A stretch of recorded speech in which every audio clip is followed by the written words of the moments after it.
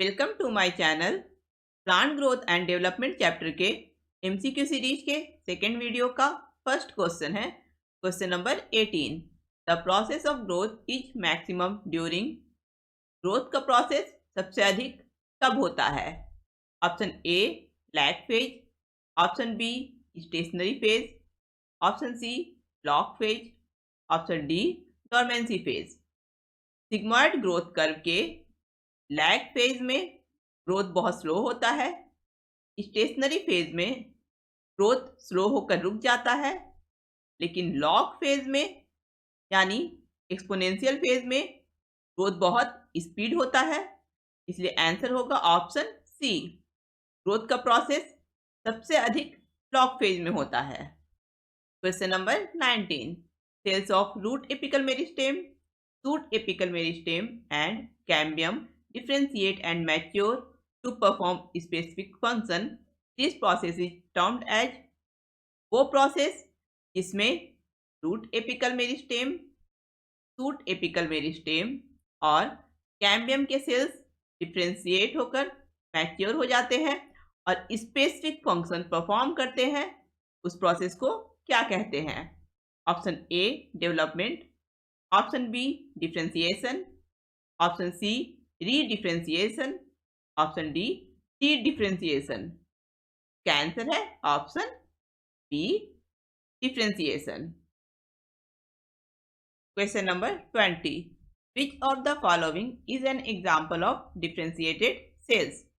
Option A typical meristem, option B cambium, option C xylem vessels, option D all of these.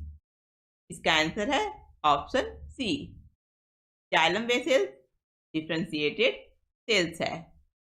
Question number 21।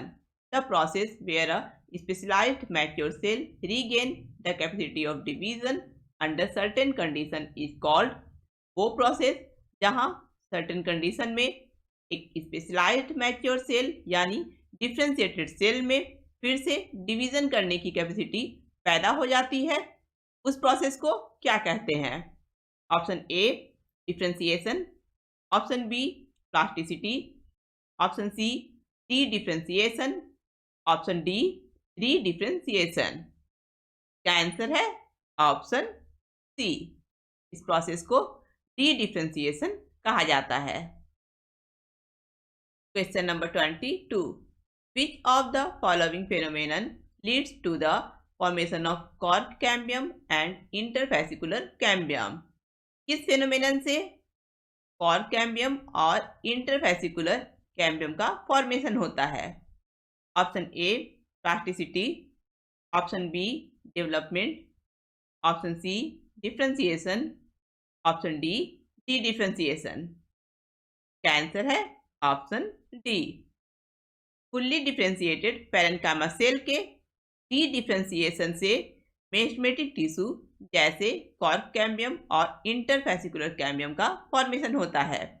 इसके कारण mature cell में फिर से divide करने की एबिलिटी पैदा हो जाती है, जिसके कारण प्लांट में सेकेंडरी ग्रोथ होता है। Question number 23। Which of the following term includes all changes that an organism goes through during its life cycle from seed germination to senescence? एक ऑर्गेनिज्म के पूरे लाइफ साइकिल में सीड जर्मिनेशन से senescence तक जितने भी चेंजेस होते हैं, उन सभी चेंजेस के लिए एक साथ कौन सा टर्म यूज किया जाता है?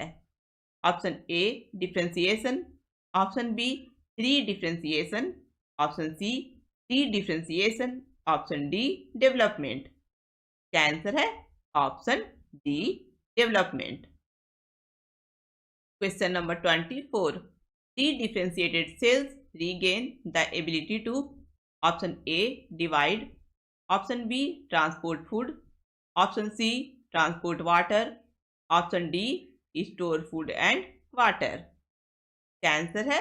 Option A. Dedifferentiated cells में फिर से डिवाइड करने की एबिलिटी पैदा हो जाती है। Question number 25। In tissue culture experiments leaf mesophyll cells are put in a culture medium to form callus. This phenomenon may be called as tissue culture experiment में लीफ मेसोफिल सेल्स को culture medium में रखकर undifferentiated sales यानी callus का formation किया जाता है। इस फेनोमेनन को क्या कहा जाता है? Option A dedifferentiation, option B development, option C senescence, option D differentiation. Leaf mesophyll cells में फोटोसिंथेसिस का प्रोसेस होता है, यानी लीफ मेसोफिल सेल फोटोसिंथेसिस के लिए स्पेशलाइज्ड डिफरेंशिएटेड सेल है। जब लीफ मेसोफिल सेल को कल्चर मीडियम में रखा जाता है तो मेसोफिल सेल का स्पेशलाइज्ड फंक्शन लॉस हो जाता है और इसमें फिर से डिवाइड करने की एबिलिटी पैदा हो जाती है, जिसके कारण अनडिफरेंशिएटेड सेल यानी कैलस का फॉर्मेशन होता है और इस फेनोमेनन को डी डिफरेंशिएशन कहा जाता है। इसलिए इसका आंसर होगा option A. Question number 26, formation of secondary phloem and secondary xylem is example of option A plasticity, option B redifferentiation, option C de-differentiation, option D differentiation। इसका आंसर है option B. Secondary phloem और secondary xylem रीडिफरेंशिएशन के process से form होता है, यानी ये दोनों ही रीडिफरेंशिएशन का एग्जाम्पल है। जब डी डिफरेंशिएटेड सेल में डिवाइड करने की एबिलिटी फिर से लॉस हो जाती है और सेल फिर से स्पेशलाइज्ड हो जाता है, इसके कारण फंक्शनल टिश्यू सेकेंडरी फ्लोएम और सेकेंडरी जाइलम का फॉर्मेशन होता है और इस प्रोसेस को रीडिफरेंशिएशन कहा जाता है। Question number 27, which of the following phenomenon lead to the formation of tumor? किस प्रोसेस से ट्यूमर का फॉर्मेशन होता है? Option A dedifferentiation, option B differentiation, option C redifferentiation, option D none of these. जब fully differentiated mature और specialized cell में फिर से डिवाइड करने की एबिलिटी पैदा हो जाती है, सेल का स्पेशलाइजेशन लॉस हो जाता है और सेल में अनकंट्रोल्ड डिवीजन होता है तो ट्यूमर का फॉर्मेशन होता है और इस प्रोसेस को डी डिफरेंशिएशन कहा जाता है। तो इसका आंसर होगा ऑप्शन ए।